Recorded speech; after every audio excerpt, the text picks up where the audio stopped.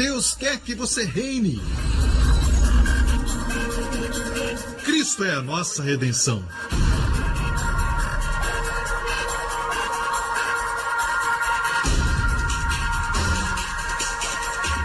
Deus é justo e faz o pecador justo.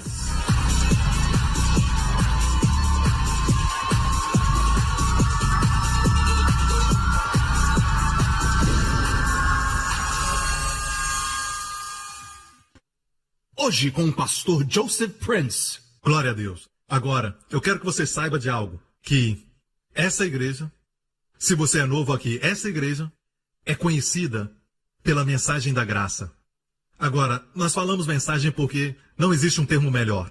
Nós sabemos que graça, na sua melhor definição, não é uma coisa, é uma pessoa. A pessoa de Jesus Cristo. Amém? E quando olhamos para a pessoa de Jesus Cristo, vemos o amor de Deus por nós. Porque a sua própria vinda à terra é um sinal claro dos céus que Deus não está irado com o mundo. Deus está esperando o mundo se reconciliar com ele. Que Deus não é impaciente conosco. Deus é paciente e bom.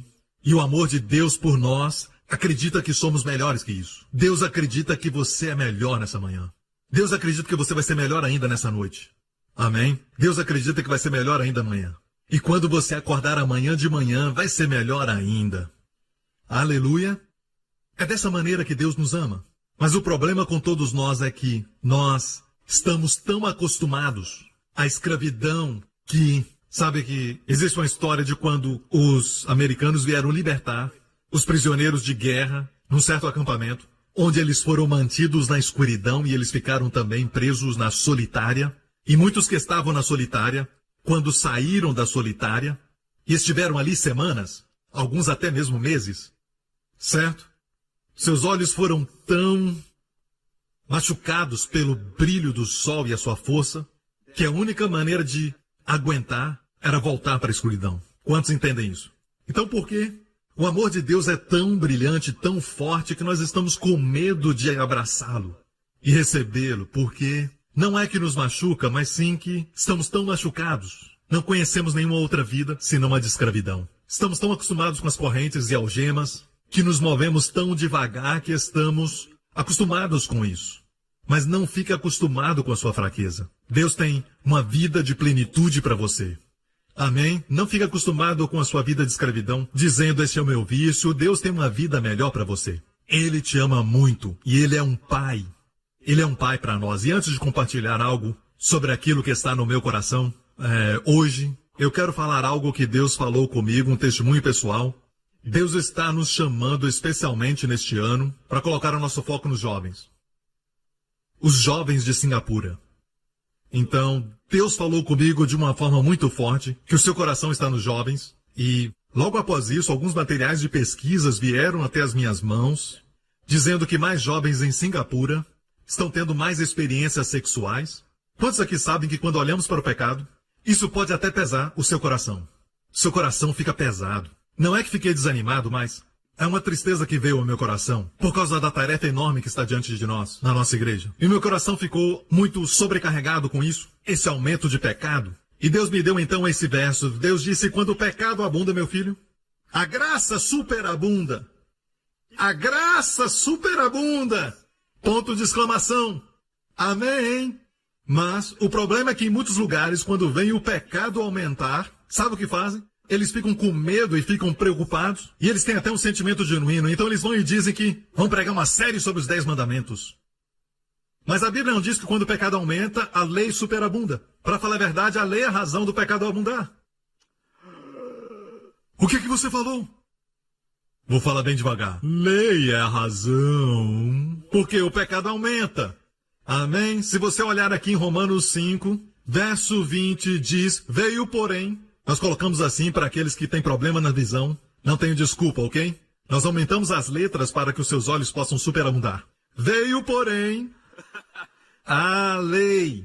Então vamos ver por que Deus deu os 10 mandamentos. Se você perguntar para muitas igrejas, em muitos seminários e muitos cristãos, eles vão falar: para nós cumprirmos, para nós sermos santos, para Deus manifestar sua santidade. Mas O livro aos Romanos, que traz um fundamento sobre doutrina para todos os crentes, diz, porém veio a lei para que a ofensa aumentasse. A palavra abundasse aqui no grego é aumentar. Para que a ofensa aumentasse. Perceba então por que Deus deu os 10 mandamentos? Para que a ofensa aumentasse. Estranho. Por que Deus faria isso? Para que o mundo visse a necessidade de um Salvador. É mais ou menos assim. Às vezes você tem uma doença. E mesmo que essa doença venha sobre o seu corpo, mas não se manifeste, na verdade não importa. De fato é até mais perigoso se ela não se manifestar. E assim os doutores vão te dar um medicamento e até uma injeção para ver se existe uma reação ou não. É melhor que essa doença se manifeste? Para que você saiba que tem essa doença, eles mostram no raio-x para mostrar que você tem essa doença e ela se manifesta. Então o que a lei fez foi mostrar que temos pecado em nós, mas nós não sabemos dos perigos do pecado. Então a lei veio para trazer o pecado à tona. Quantos entendem isso? A lei manifesta o pecado na sua vida. Amém? Quanto mais você tentar cumprir a lei, mais você vai ver o seu pecado. E a prova está no fato de quando Deus deu os 10 mandamentos, a primeira coisa que vimos é o bezerro de ouro. Eles quebraram o primeiro mandamento. Então vemos que a lei veio. A lei veio. No grego foi acrescentada para que a ofensa, o pecado, aumentasse. Mas onde o pecado abundou, a graça superabundou. Mas quero que vocês saibam no original grego, a palavra abundou aqui não é a mesma para pecado e para graça. A palavra para graça é superabundou. Onde abundou o pecado, superabundou a graça. Agora, como eu disse há um tempo, quando vemos o pecado aumentar, o que fazemos? Sentimos vontade de pregar a lei. Em muitos lugares, quando vem o pecado aumentar nos jovens, eles pregam sobre a lei. Mas então por que o pecado aumentou? O pecado aumentou, diz o versículo anterior, porque a lei veio. A lei provoca o aumento do pecado. Então vemos o pecado aumentar, tentamos introduzir a lei. É como colocar lenha no fogo. Então qual é a resposta? A resposta está logo ali. Graça! Quando vê o pecado aumentar, graça! Superabunda! Amém? Quero te mostrar algo porque uma forma de manejar a Bíblia é assim. Você não pode misturar a Bíblia e as dispensações e sacudir tudo junto e... ok, eureka, ok? Não pode fazer isso. Ok, você deve interpretar todos os textos da Bíblia no contexto das dispensações onde estão. Por exemplo, se você olhar a história de Davi, não esqueça que Davi, apesar de parecer que ser um homem da nova aliança, Davi, na verdade, era um homem debaixo da lei. Então, quando descobre que ele pecou e Deus perdoou o seu pecado, ainda existiram consequências e punições. Não tem outra forma de dizer. Não pode dizer que foi disciplina. Foi punição. Quando seus filhos morreram, alguns dos seus filhos morreram.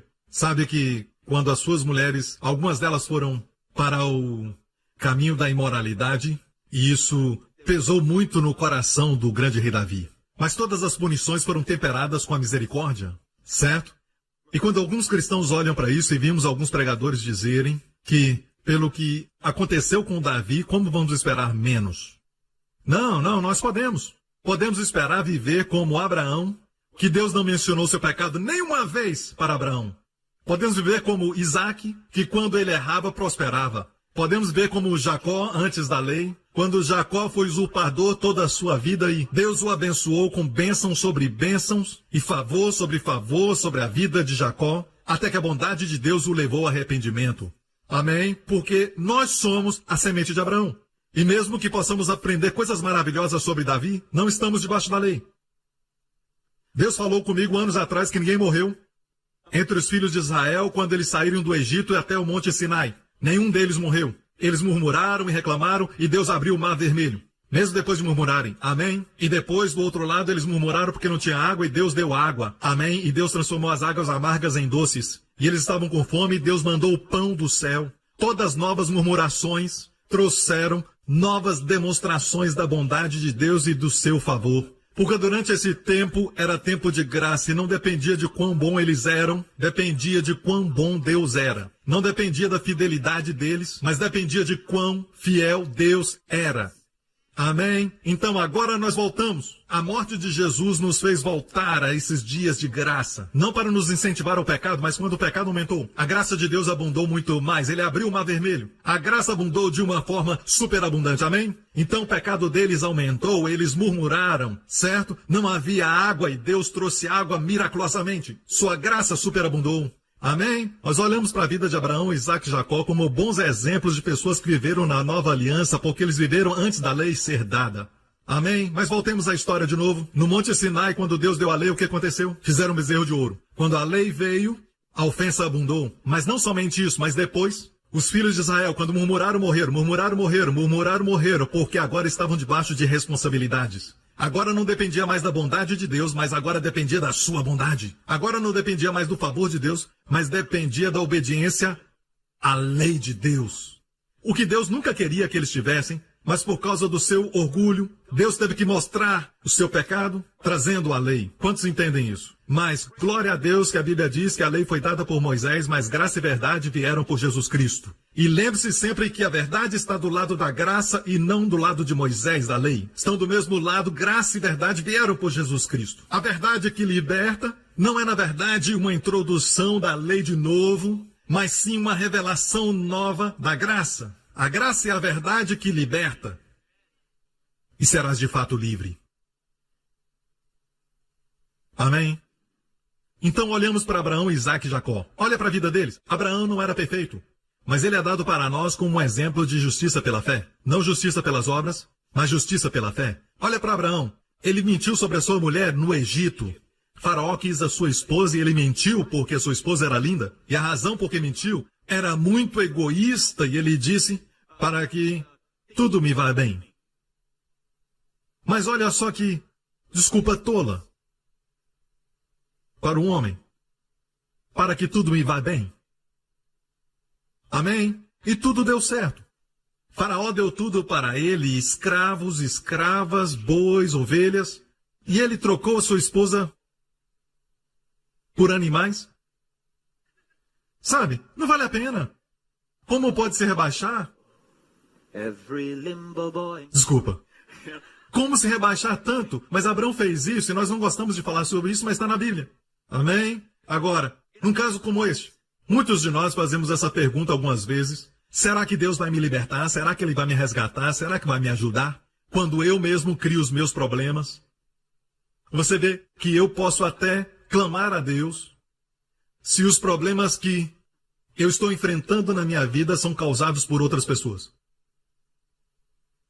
Mas, se eu mesmo criei os problemas, Deus ainda pode me ajudar ou quer me ajudar?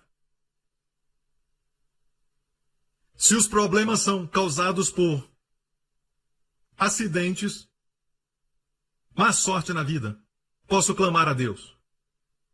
Mas nunca ouvi uma mensagem sobre se os problemas fui eu que causei. Na verdade, essas mensagens vão dizer, você fez, ok? Você fez essa bagunça toda, você fez a cama, agora deita nela.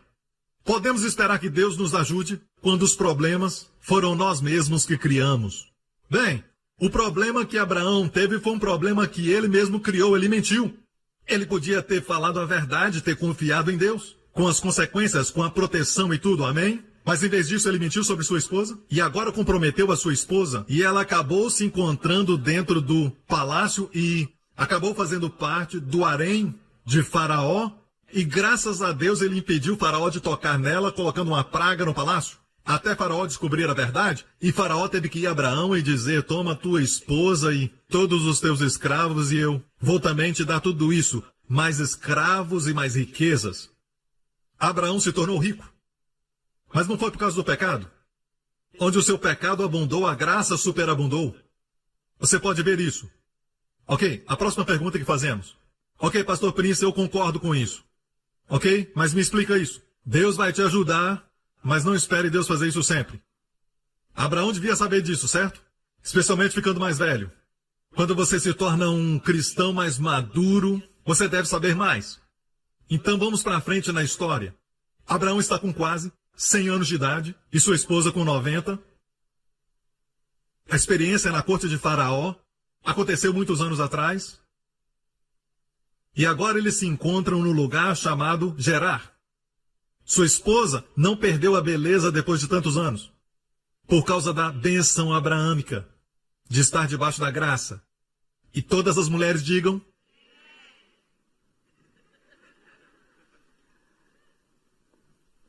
E o rei de Gerar, esse lugar chamado Gerar, Abimeleque, ele viu a beleza da esposa de Abraão, e aconteceu a mesma coisa.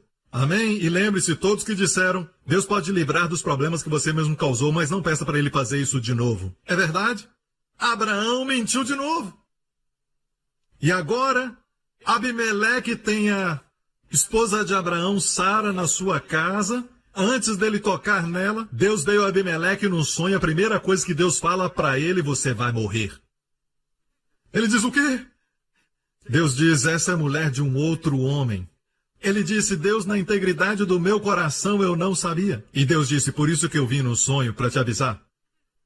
E ele então chama Abraão e diz, o que é isso que você fez? E ele diz, toma tua esposa e vá. E mais uma vez, Deus livrou Abraão. Deus tinha que ter aparecido para Abraão num sonho e dizer, você vai morrer. Baseado na nossa teoria. Porque Deus fez isso, onde o pecado abundou, superabundou a graça. Agora, para vocês que ficam escandalizados com a graça, deixa eu falar isso, certo? Deus quer ser gracioso, Deus é muito mais poderoso do que o pecado. A graça de Deus é maior do que os nossos pecados. Você entende isso? Vamos lá. Então, quando você vê uma garota entrando na igreja, e parte do seu cabelo é roxa e outra parte é vermelha, e ela tem piercings em todo o seu corpo, ok? No momento que ela olhar para Jesus como o amado da sua alma e também o seu Salvador, nesse mesmo momento, quando o pecado estiver na sua vida, a graça de Deus vai superabundar sobre a sua vida. Ela só precisa abrir os olhos e receber. E essa graça vai transformá-la de dentro para fora. Amém! Comparada com o resto de nós, essa garota vai ter a graça superabundando. Mas muitos de nós, e dos nossos ensinamentos, não vão falar para ela sobre a superabundante graça sobre ela. Na verdade, vamos falar que ela não tem nenhuma graça. E que ela tem que conquistar a graça e o favor de Deus. Isso é muito triste. Entristece o coração do Pai.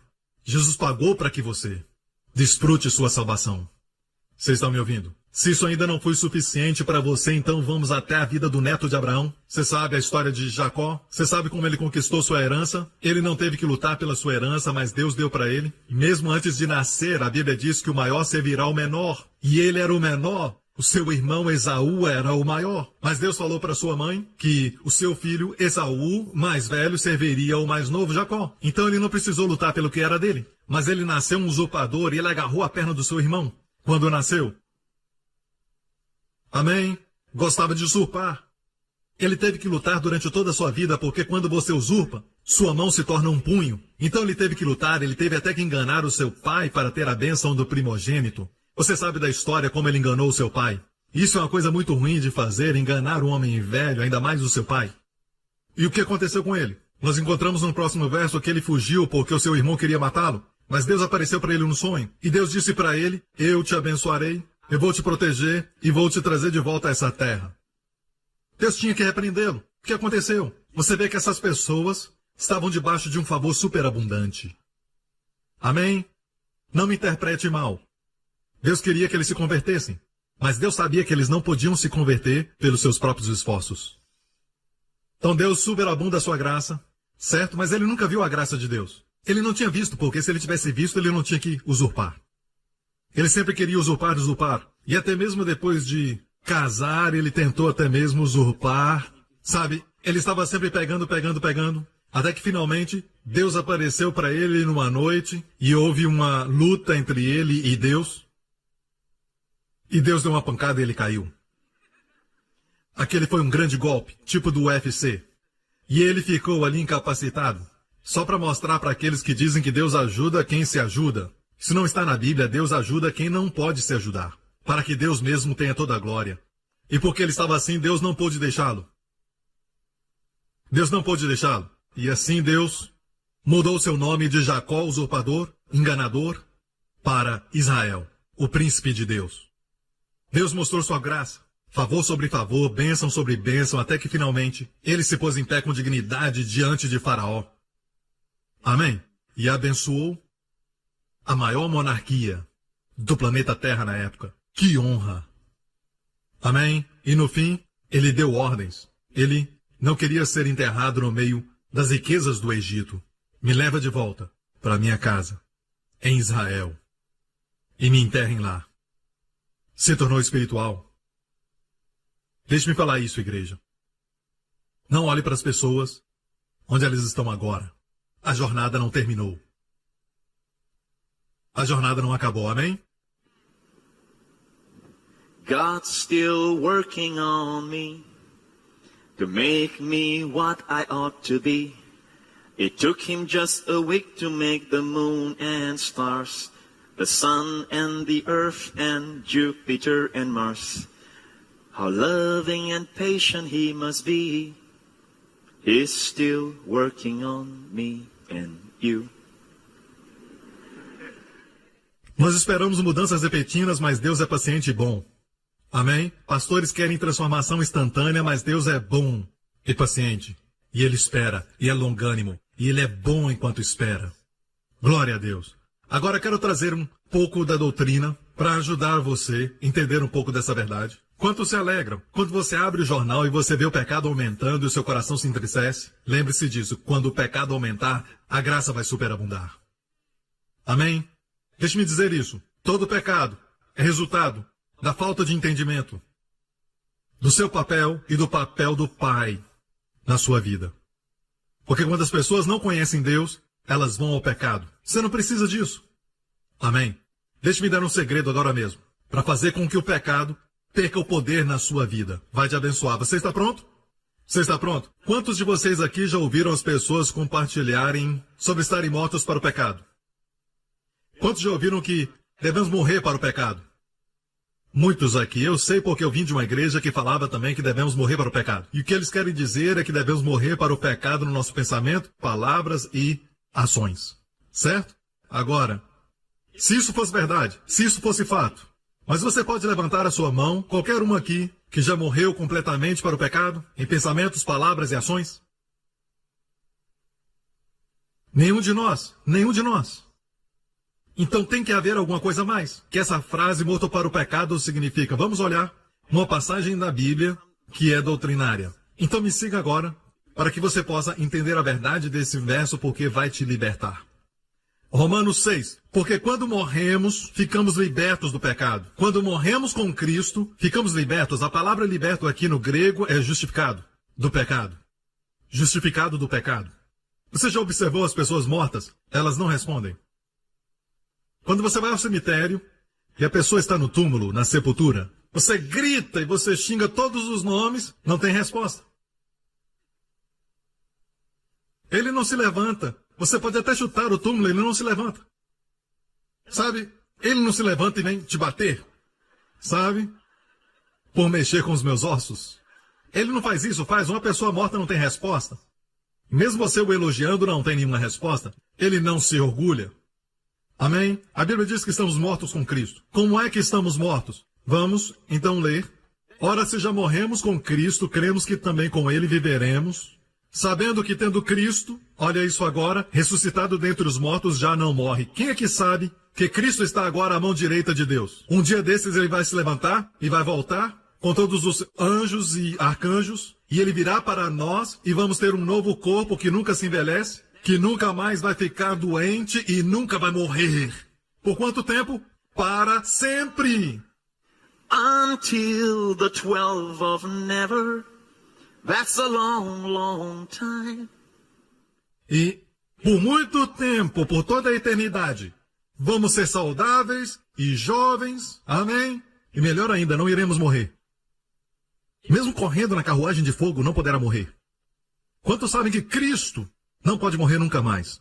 Ele morreu uma vez. Tendo Cristo ressurgido dentre os mortos, já não morre mais. A morte não tem mais domínio sobre ele. Quando passamos para o outro lado, não existe mais morte. A morte só está desse lado. Amém? Mas pastor, isso é verdade sobre Jesus. Vamos ler. Próximo verso. Pois quanto a ter morrido, morreu para o pecado. Quantas vezes? Fale bem alto. De uma vez por todas. Mas a vida que ele vive, vive para Deus. Da mesma forma, considerem-se. Da mesma forma, isso quer dizer o quê? Da mesma maneira. Em qual maneira? Da maneira que Cristo morreu para o pecado. Como Cristo morreu para o pecado? Uma vez por todas. Próxima pergunta que devemos fazer. Em qual sentido ele morreu para o pecado? Ok? Porque diz da mesma forma, da mesma maneira que Cristo experimentou tudo isso, do mesmo jeito, considerem-se mortos para o pecado. mas vivos para Deus em Cristo Jesus, nosso Senhor. Aleluia! Agora a palavra considere-se vem da palavra grega logizomai. Logizomai. E na minha Bíblia eu tenho uma anotação que fala sobre logizomai e vem de Teia ou de uma das Bíblias de estudo e diz assim, logizomai, que é a palavra considere-se. A palavra grega para considerem-se. Essa palavra lida com a realidade. Se eu logizomai ou considerar que na minha conta de banco tem $25, então tem $25. De outra maneira, eu estou enganando a mim mesmo. Esta palavra se refere a fatos, não suposições. Então não está dizendo que se eu considerar por muito tempo vai acontecer. Não, não. Você considera algo porque é. Eu me considero um homem porque eu sou. Certo? Isso é logizomai. Então logizomai é baseado em fatos, não suposições. Agora, diz o quê? Da mesma forma, considerem-se mortos para o pecado, mas vivos para Deus em Cristo Jesus, nosso Senhor. Então, agora é importante demais para nós reconhecermos isso. E anos atrás, na igreja, eu escutava ensinamentos que diziam, você tem que se considerar morto para o pecado, considere-se, e todo dia eu tentava fazer isso. Quando eu sentia a ira se levantar, eu dizia, eu estou morto para a ira, eu estou morto para a ira, sai na minha frente! Quanto sabe que, quanto mais você considera, pior fica. Você realmente nunca tentou isso? Quanto mais tenta passar de morto, mais vivo fica. Então alguma coisa estava errado com considerar. Minha máquina de considerar estava quebrada. Eu usei tantas vezes que caiu no chão. E eu consertava e não entendia como estava errado. E aí então eu descobri que existem essas palavras da mesma forma. O que aconteceu com Cristo deve acontecer conosco. Então vamos olhar para Cristo. Não olhe para si mesmo, porque considerar é baseado em fatos. O verso anterior. Os fatos do verso anterior. A morte que Cristo morreu para o pecado, quantas vezes morreu? Uma vez por todas. Pergunta. Como Cristo morreu para o pecado? Cristo morreu para o pecado no seu caráter e conduta? Por favor, fale comigo. Certo? Em alguns lugares falam que você deve entender no espírito e manter sua mente em casa quando vem para a igreja. Numa gaveta, mas nessa igreja você tem que trazer sua mente, ok? Certo? Então fale comigo. Agora, em qual sentido Cristo morreu na cruz para o pecado? Ele morreu para o pecado no seu caráter e conduta? Porque falaram para nós que nós devemos morrer no nosso caráter e conduta. Agora, quero que saibam disso. É o que eu tirei do livro de Romanos. No livro de Romanos, pecado é mencionado 45 vezes. E somente uma vez é um verbo. Só uma vez. O resto das vezes é um substantivo, que quer dizer lugar, pessoa, coisa. Agora, quando diz que Cristo morreu para o pecado, ele morreu como? Uma vez por todas. Como ele morreu para o pecado? Ele morreu no seu caráter e conduta? Não. Por quê? Porque ele não tinha pecado no seu caráter e conduta, certo? Vamos lá, gente. Mas, pastor, nós temos. Mas não é dessa maneira que devemos nos considerar mortos para o pecado. Devemos considerar como Cristo morreu para o pecado. Como Cristo morreu para o pecado? No seu caráter e conduta? Não. Em qual sentido ele morreu? Escute com cuidado. Ele morreu para o pecado. Para quê? Para a culpa, para a punição e para a imputação do pecado que estava sobre ele. Como foi então? Qual o sentido que ele morreu para o pecado? Ele morreu para a culpa, para a punição e para a imputação do pecado. Da mesma forma, você mesmo, considere-se, uma vez por todas, como morto para a culpa, para a condenação e a punição e imputação do pecado. Amém. E deve-se considerar uma vez por todas. Porque a Bíblia diz que Jesus morreu para o pecado dessa maneira, uma vez por todas. Ele morreu para a culpa e ele nunca mais vai estar debaixo da culpa, ou da punição, ou da condenação do pecado. Nunca mais. Então a Bíblia diz, da mesma maneira deve-se considerar morto para o pecado como? Da maneira que Cristo morreu, não segundo o nosso caráter e conduta, mas para a culpa, para a condenação e a imputação dos pecados na nossa vida. Nunca será imputado a você outra vez. Deus não vai nunca condenar o cristão. Mas, pastor, você não pensa que tais ensinamentos vão causar libertinagem na igreja? E é por isso que o próximo verso diz, portanto, não reine o pecado em vosso corpo mortal. Você pode ver a palavra portanto? Portanto, toda vez que encontrar essa palavra, lembre-se, encontre o porquê do portanto. Portanto, está baseado no verso anterior. Porque você não está mais debaixo da culpa, Mesmo quando erra, não está debaixo de culpa. A imputação e punição pelo pecado. Portanto, por causa disso, você não pode deixar o pecado reinar em seu corpo. Você vê? Acreditar da forma certa leva à santidade. Não é? Quantos entendem o que eu estou falando aqui? E eu já compartilhei isso antes, essa verdade. Em março de 2005. Compartilhei isso uma vez. Mas deixe-me acrescentar alguma coisa que não compartilhei antes. Você vê essa pequena frase em Cristo Jesus? Você sabe que essa frase é super importante no estudo do Novo Testamento. Kenneth Hagin nos ensinou que quando você estuda uma passagem, ou na verdade a melhor maneira de estudar a Bíblia, é estudar todas as realidades em Cristo. Ou verdades. Quem você é e o que você tem em Cristo. Você sabe, nele, por ele, em Cristo, certo? E ele disse que a melhor maneira de fazer isso é você sublinhar toda vez que aparece e então confessar na sua vida. Eu não sou contra a confissão, eu creio que confissão é tomar posse, mas você precisa confessar porque é uma realidade, não para tornar uma realidade. Deixe-me falar isso também. Eu encontrei uma outra maneira bíblica de desfrutar tudo que você tem em Cristo. Você sabia? A Bíblia diz que você é abençoado com toda a bênção espiritual nos lugares celestiais em Cristo. Sabia que tem uma herança em Cristo, que todas as coisas boas de Deus estão em Cristo. Você deve morar em Cristo, certo? Então por que é que nós não vemos mais?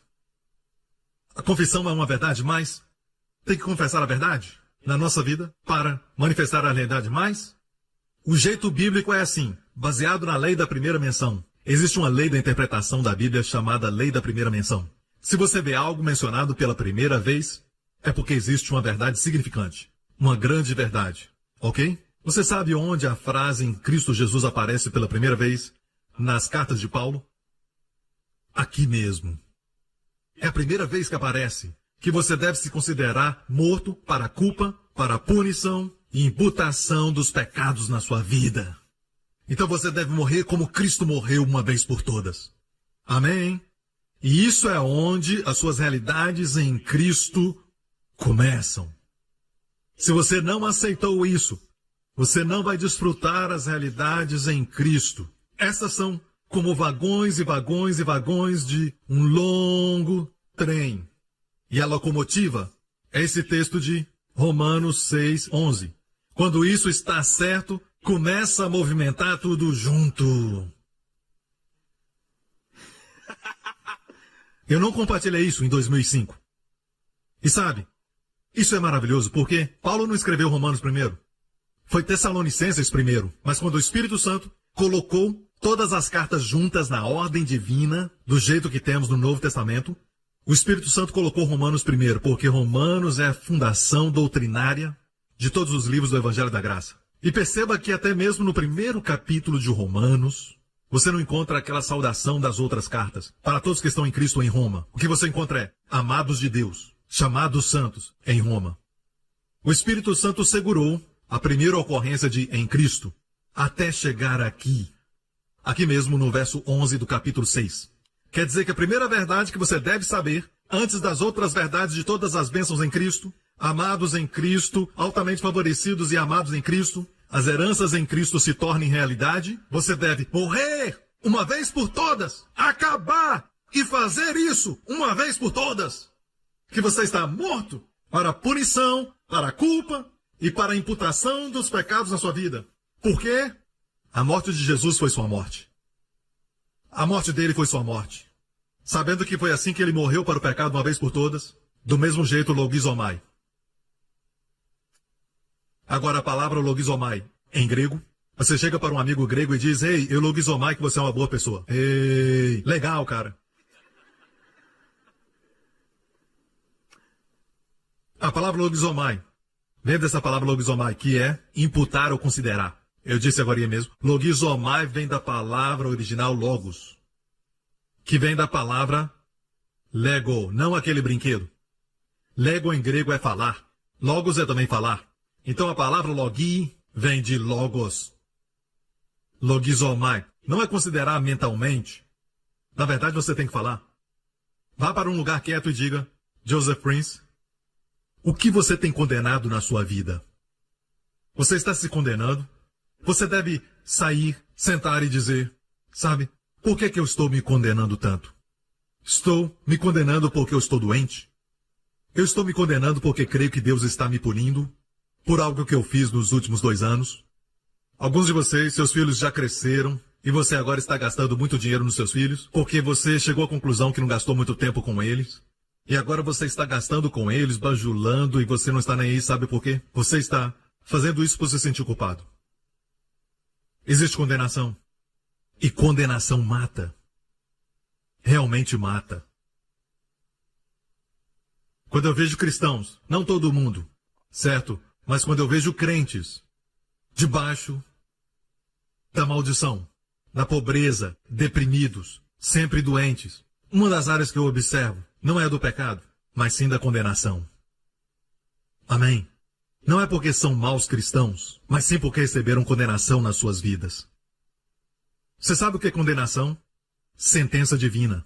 A Bíblia diz que agora, pois, não há nenhuma condenação para aqueles que estão em Cristo. E por falar nisso, essa é a segunda vez que a realidade em Cristo aparece. Não há condenação. Aleluia! Ponto de exclamação. Letras maiúsculas. Não há condenação! Letras maiúsculas. Para aqueles que estão em Cristo.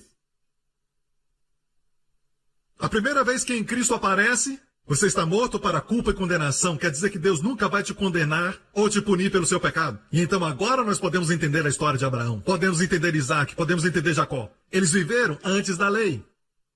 Se eles estivessem debaixo da lei, experimentariam o que Davi experimentou. Perdoado, porém punido.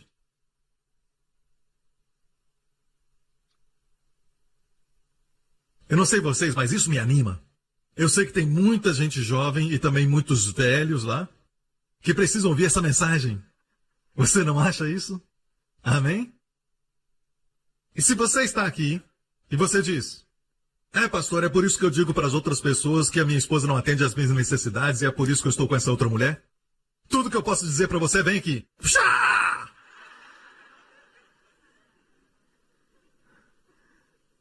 Essa verdade deve produzir não reine mais o pecado, porque sabemos essa verdade, certo? Portanto, o pecado não vai reinar mais. Não vamos deixar o pecado reinar. Agora nós estamos numa posição de ascendência. Mas ao invés disso, existem pessoas que, certo, dizem que são dessa igreja, que o diabo promove lá fora. E as pessoas dizem, isso é o que a mensagem da graça faz. E eles nem conhecem a graça e nem sabem o tamanho do nariz deles. É por isso que o pecado tem poder sobre eles. Porque o pecado não tem poder se você está debaixo da graça e não da lei. Então as pessoas estão vivendo em pecado ou deixando a esposa por uma mulher mais nova. E eu falo isso, certo? Você não entendeu a graça. Então não é verdade que a graça traz libertinagem. A graça mata o pecado. O pecado não pode parar a graça de Deus. A graça de Deus para o pecado. Amém, igreja? Foram abençoados? Estão bem? Glória a Deus. Agora, vamos concluir isso. E eu vou dar um exemplo de como isso pode ser uma grande bênção para você herdar a sua herança. Você quer ver? Então deixa eu me perguntar. Uma das maiores bênçãos que podemos ter é saúde, cura. Não concorda? Em Cristo? E muitos têm dificuldade de receber a cura, não conseguem. E muitas vezes nós estamos correndo atrás da cura e não alcançamos. Como acontece muitas vezes com o cachorro que fica correndo atrás do seu próprio rabo. Certo? Pobre cachorro. Se ele só continuasse andando, o seu rabo ia acompanhá-lo. Deixe-me falar isso. Não busque a cura só pela cura. Busque o que cura. E é assim que você deve buscar. E quero te dar uma verdade em Cristo, ok? Não é interessante que a primeira vez que em Cristo é mencionado, fala sobre estar morto para a culpa, a punição e a imputação de pecados. Todo cristão é perdoado totalmente. De todo o pecado na sua vida. Até o dia que morrer ou encontrar Jesus. Ou o dia que dormir, porque não morre, só dorme em Cristo. E se encontra com Jesus. Você sabe que é perdoado 24 horas por dia. 7 dias na semana. 365 dias no ano. Sabia disso? Nenhum pecado fica com você. Bem-aventurado é o homem a quem Deus não atribui pecado. Não quer dizer que você não peca. Como eu disse, ainda temos o combate da fé Ainda precisamos aprender a andar com Deus, mas graças a Deus que quando pecamos, não é atribuído a nós. Você está morto para a culpa, para a punição do mesmo, no corpo de Cristo. Eu quero mostrar para você por que isso é importante, ok? De todos os versos sobre cura, de todos sobre saúde, qual é o mais famoso de todos? O Espírito Santo fez esse verso famoso. No mundo cristão. Certo? Qual é o verso de cura que é o mais famoso? Muito bom. Pelas suas feridas, nós fomos sarados. A primeira vez que aparece é quando fala da obra de substituição de Jesus Cristo em Isaías 53. Mas onde você encontra esse verso no Novo Testamento? 1 Pedro 2, 24. Mas você já leu esse texto de 1 Pedro no seu contexto? Vamos ler. Diz aqui, perceba as últimas 6 linhas. Me perdoem, as últimas 6 palavras, a última linha. Vamos ler todos juntos, podemos? 1, 2, leia. Leia de novo. Mais uma vez. Pelas suas feridas, vocês foram curados. Mas perceba que está logo no final. E o Espírito Santo fez de uma forma um tanto especial. Em uma outra versão ele coloca ponto e vírgula antes de pôr suas feridas. Mas nessa versão que nós estamos lendo ele coloca 2 hífens. Certo? Isso quer dizer que no original grego aparece de uma forma tal que eles não sabiam o que colocar. Então, algumas têm ponto e vírgula, outras têm hífens, como essa aqui. Porque isso quer dizer que tem o mesmo pensamento da linha anterior. Então vamos ler a linha anterior. Diz, ele mesmo, e eu gosto da frase ele mesmo, não foi um anjo, porque se fosse um anjo seria uma medida de sucesso, mas não sucesso total.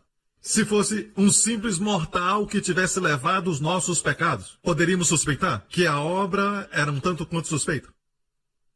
Mas foi Jesus, ele mesmo, aleluia, que levou os nossos pecados em seu corpo na cruz. Você acha que ele levou todos eles?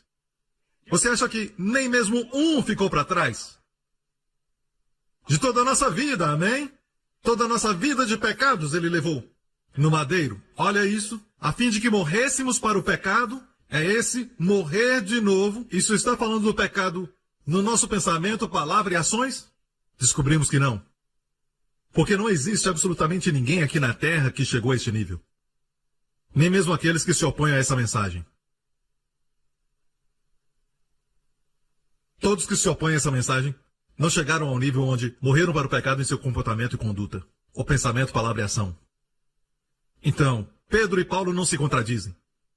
O que Pedro está dizendo, porque Jesus levou os nossos pecados em seu próprio corpo, ele morreu para o pecado, como Jesus morreu para o pecado, não no seu caráter e conduta, mas para a culpa, para a punição e para a imputação do pecado na sua vida, na cruz, ele morreu uma vez por todas. A Bíblia diz a fim de que morrêssemos para os pecados e vivêssemos para a justiça. Justiça, mais uma vez, não é fazer tudo certo aqui. A justiça do Novo Testamento é sempre um dom. Nós vivemos pelo dom da justiça.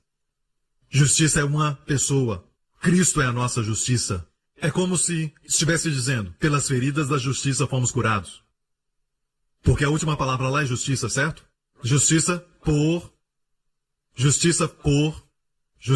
suas feridas foram curados. Agora você vive para Jesus como sua justiça e por suas feridas você é curado. Quanto mais você tem consciência da justiça, em vez de ter consciência do pecado, quanto mais você chegar à conclusão que Deus te fez justo como um dom, pelo sangue de Jesus Cristo, e quanto mais consciente disso, por suas feridas será curado. É uma realidade. Aleluia! Não sei sobre você, mas essa mensagem me fez feliz. Amém? Agora, igreja, quero falar algo. O problema conosco é isso. Nós não sabemos quanto Deus é bom. Quando Deus enviou o seu Filho, ele tinha todas as áreas cobertas. E ainda estamos descobrindo, certo? Que algumas áreas que ele atingiu são tão compreensíveis, é necessário uma vida toda para pregar, e até no céu nós ainda vamos descobrir. Mas quero te dizer algo. Não existe pecado na sua vida que possa trazer você debaixo da maldição de Deus e condenação. Nunca, jamais. Essas são as boas novas. O triste é isso. Recentemente, havia uma senhora na nossa igreja E ela tem um filho que é deficiente.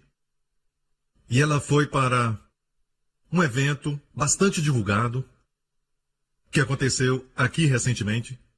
E esse tal homem de Deus, eu devo dizer que ele é um homem de Deus. Mas esse tal de homem com a palavra, ou um profeta, eu não sei se ele é um profeta, ok? E ele falou a ela isso. Ele disse isso: a razão do seu filho ser deficiente é porque existe um pecado na sua vida. E foi uma reunião muito divulgada aqui. Eu não estava aqui na época. E eu sei que alguns dos nossos foram a essa reunião. E essa senhora que é da nossa igreja, ela foi a essa reunião.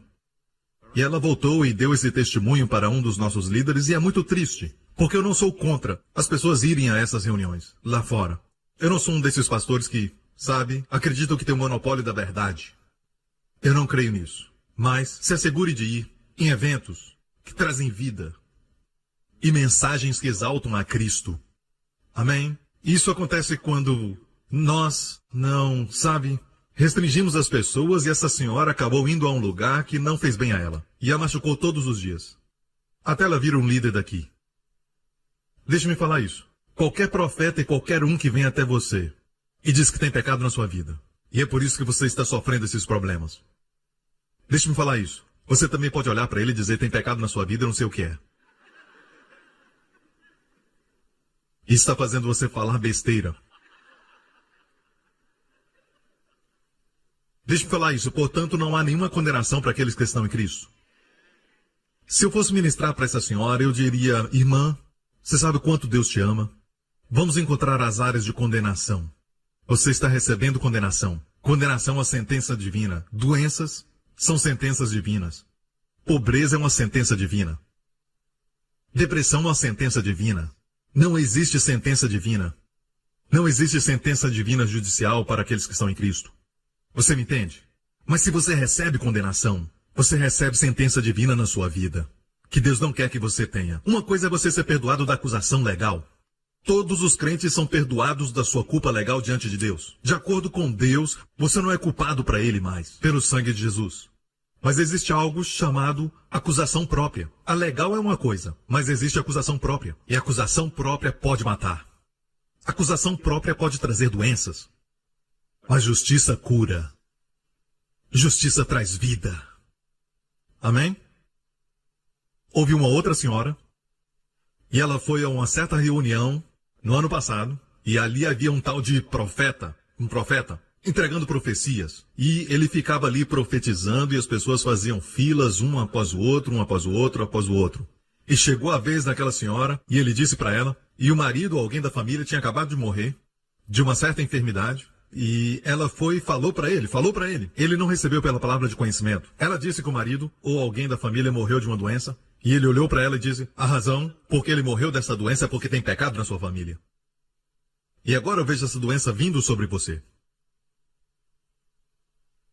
Deixe-me falar isso. Eu não sei quem é pior, ele ou o diabo. Porque essa senhora ficou com muito medo. E ela também é dessa igreja. É por isso que eu digo que quando você quer ir ouvir uma mensagem, ok, tenha certeza que exalta a Cristo. Então essa senhora esperou até que todo mundo saísse para falar com o profeta. O tal profeta. Então, o profeta a viu e tentou se esconder. Sabe? Conversou com algumas pessoas, mas sabia que ela estava lá. E a esposa do profeta estava lá. E ela aproximou-se da esposa e disse, o seu marido disse que o meu marido ou alguém da minha família morreu por causa de pecado na minha família. Que pecado é esse? E eu quero saber também por que o seu marido falou que essa doença está vindo sobre mim. E a esposa disse, eu não sei, mas pergunto para o meu marido. Ela disse alguma coisa antes, mas eu não me lembro. É melhor perguntar ao meu marido, e o marido veio. O que você quer dizer com isso? Ela disse. Ele disse, eu não sei. O senhor falou comigo, falei para você. Existe sempre uma desculpa. Que as pessoas se escondem atrás dessa frase. O Senhor disse. Então, ela disse assim, você tem que me explicar agora. Eu esperei todo mundo sair e agora eu estou esperando a resposta. Ele disse, olha, senhora, eu não sei, mas eu não trabalho com isso. Aqui está meu cartão.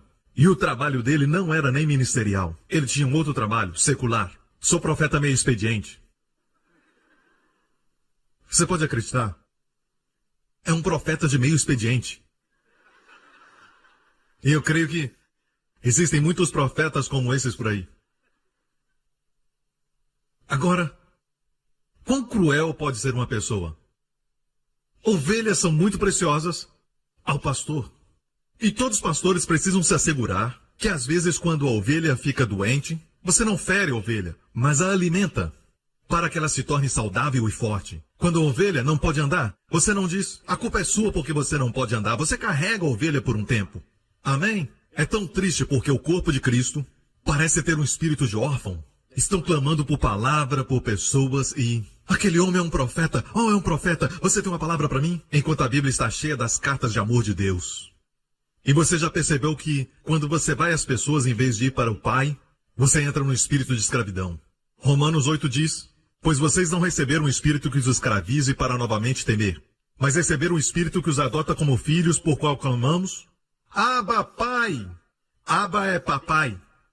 E como está escrito pelo qual clamamos, a expressão clamamos Abba, Pai, parece que indica que a igreja primitiva no primeiro século tinha uma prática de se reunirem e até mesmo individualmente eles clamavam. E a oração deles era, papai, Deus papai, papai, papai. E eles sentiam a presença de Deus e amor e não precisavam nem tentar tirar o medo das suas vidas. Só ia embora. Então, a oração da nova aliança é, papai. E orar no Espírito. Só dizer, papai, papai. Ontem à noite, quando eu estava meditando nisso, me preparando para essa mensagem, eu estava dizendo no meu quarto, papai, papai. E parecia que sua presença estava sobre mim. Papai, o espírito de adoção vem. Não tem mais o espírito de órfão. Muitos crentes estão andando com o espírito de órfão, quando na verdade são filhos do Deus Altíssimo. Eles têm o espírito de órfão. E por isso têm medo. Aqui diz, se você não tem o espírito de adoção, você tem o espírito de escravidão para temer. Amém? Então, todo tipo de medo, até mesmo temor de Deus, como está falando aqui, temor do Antigo Testamento, medo do futuro, medo de não ter o suficiente, medo de perder alguém, medo de perder a boa opinião das pessoas, medo disso, medo daquilo, medo do passado voltar. Todos esses medos vão derreter como manteiga num dia quente, debaixo da luz do amor do Pai. Basta dizer, papai. No other love, no other love is like your love. A Bíblia diz em 1 João 4, no verdadeiro amor não há medo. Porque o amor do Pai, o amor verdadeiro é o amor do Pai. A palavra verdadeiro no grego diz completo, eu amo isso, completo em todos os sentidos. Um amor que é completo em todos os sentidos. Quando você tem esse amor, você vai estar equipado em todos os sentidos. Amém? O perfeito amor expulsa o medo. Essa palavra expulsa é a mesma palavra usada quando Jesus expulsou os demônios. Vai expulsar o medo. Aleluia! Porque medo tem tudo a ver com castigo. Isso é muito bom na NVI. Medo tem tudo a ver com castigo. Então sabe de uma coisa, não há mais castigo. Mas pastor, eu errei. Abraão também. E não houve castigo. Mas sim um favor abundante. Vamos abalar Singapura com essa mensagem. Dos mais novos aos mais velhos. E até os meia-idade. Vão ser abençoados com isso. Aqueles que estão na meia-idade. Amém? Sabe? Deixe-me contar uma história. Era uma vez um casal, um professor de seminário e a sua esposa, e os dois estavam em férias numa certa cidade no Tennessee. E ele estava esperando com ansiedade por um tempo de quietude, sabe, longe dos barulhos, só para passar um tempo com a sua esposa e ter um tempo para relaxar. E estava tomando um café da manhã num restaurante, nessa pequena cidade no Tennessee. E ele percebeu um homem com um chapéu, um ancião andando dentro do restaurante, indo de mesa em mesa, conversando com as pessoas. Conversando com as pessoas. E ele disse para sua esposa, eu espero que ele não venha aqui. E assim que ele falou, o homem veio à sua mesa. E o senhor o perguntou, de onde vocês são? E eles responderam, nós somos de Oklahoma. E ele disse, um bom lugar? E ele perguntou, o que traz vocês aqui? E ele respondeu, eu sou professor de seminário. Oh, você ensina pregadores pregar? E ele pegou uma cadeira e disse, deixe-me contar uma grande história. E ele disse, é tudo que me faltava no seu coração. Mais uma ilustração daquelas. E então este homem ancião começou a compartilhar com eles. E ele disse, olha para fora do restaurante, aquelas montanhas. No pé daquela montanha tem uma cidade. Anos atrás havia um garoto lá. E aquele garoto veio de uma família um tanto quanto desestruturada. E seus pais não eram casados. Sua mãe era solteira quando ele nasceu. E porque era uma cidade pequena, todo mundo sabia que o garoto tinha nascido assim. E todos os fofoqueiros e as pessoas da cidade começaram a fazer fofocas e tentavam descobrir quem era o pai. Enquanto ele crescia, todos comentavam quem será que é o pai. E alguns tiveram até a audácia de perguntar para o garoto. Na época, quando ele estava crescendo, quem é seu pai? Como se ele soubesse quem era o seu pai. Muito cruel, não é? E você sabe, naquela cidade todo mundo ia para a igreja, porque se você faltasse, todo mundo sabia. E esse garoto também ia para a igreja, e ele chegava bem atrasado, depois de todo mundo, sentava lá atrás, e ele saía bem cedo, para que ninguém o perguntasse quem é o seu pai. Quando ele tinha 12 anos de idade, um novo pastor assumiu aquela igreja. E o pastor, sendo novo, ele fez a oração final bem cedo e terminou o culto bem cedo. Certo? E o garoto foi pego, saindo com o povo. Ok? E o novo pastor, como era de costume, ia para a porta e ficava cumprimentando as pessoas. E ele passou pelo garoto e cumprimentou o garoto dizendo, ei, menino, onde está o seu pai? Ele não conhecia a história e todos ficaram... Todo mundo em volta ficou... E os fofoqueiros ficaram, vamos ouvir.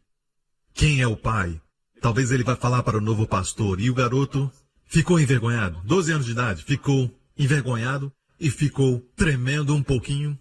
E o homem de Deus, no meio do povo, ele sentiu que havia uma coisa errada. E o Espírito Santo falou através dele dizendo, espera um pouco, eu sei com quem você se parece, ele disse. Eu sei quem você é um filho de Deus, ele disse.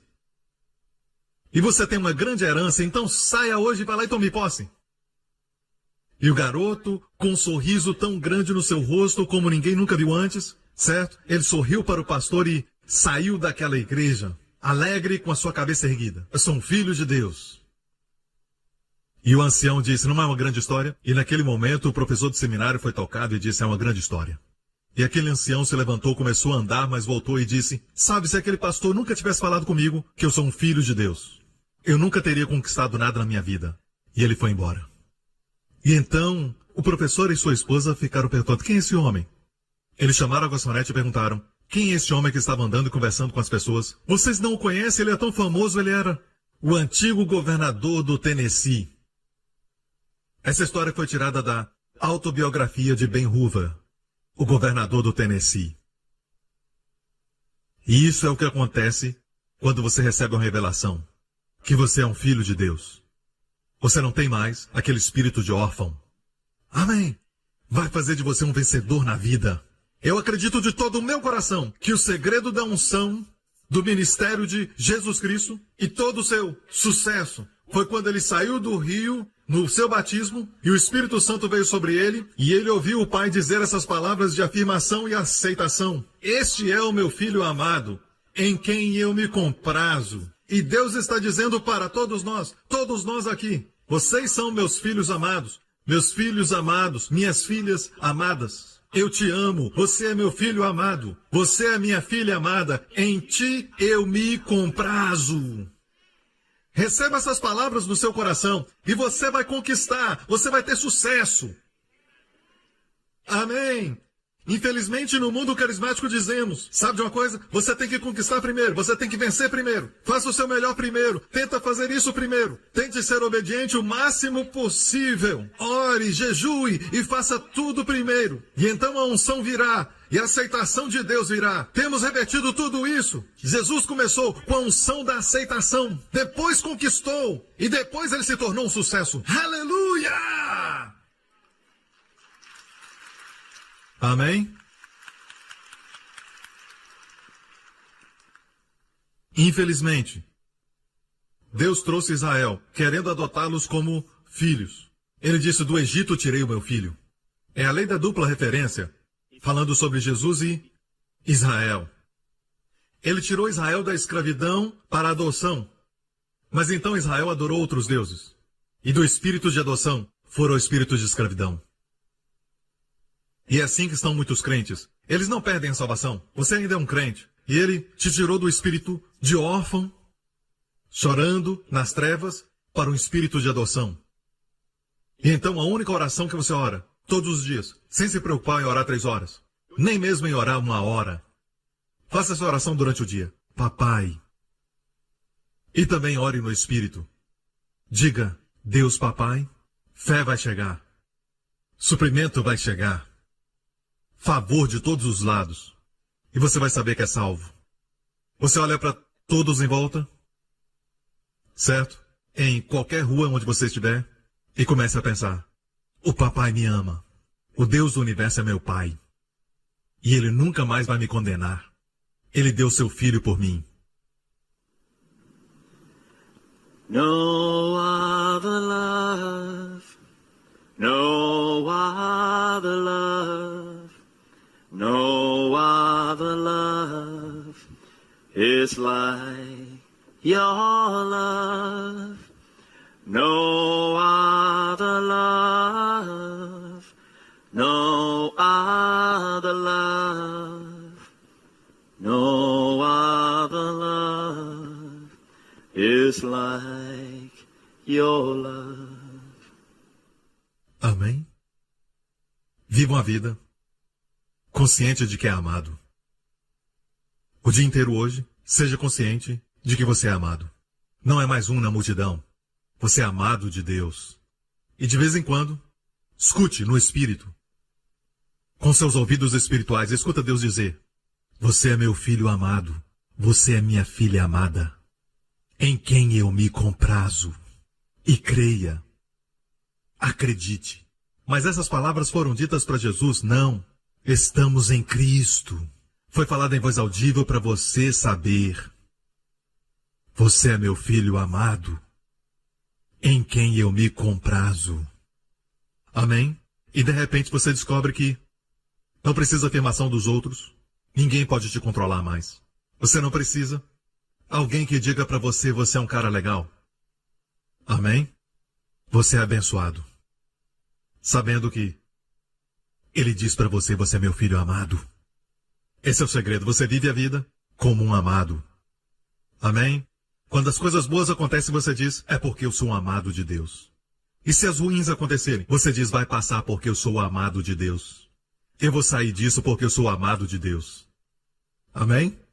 Por isso eu digo, No other love, no other love, no other love is like your love, my daddy. No other love, no other love, no other love is like your... Obrigado por sintonizar no programa de hoje. Esperamos que tenha sido uma bênção para a sua vida. Para mais informações sobre o programa da Igreja New Creation, acesse o site ncctv.org.sg.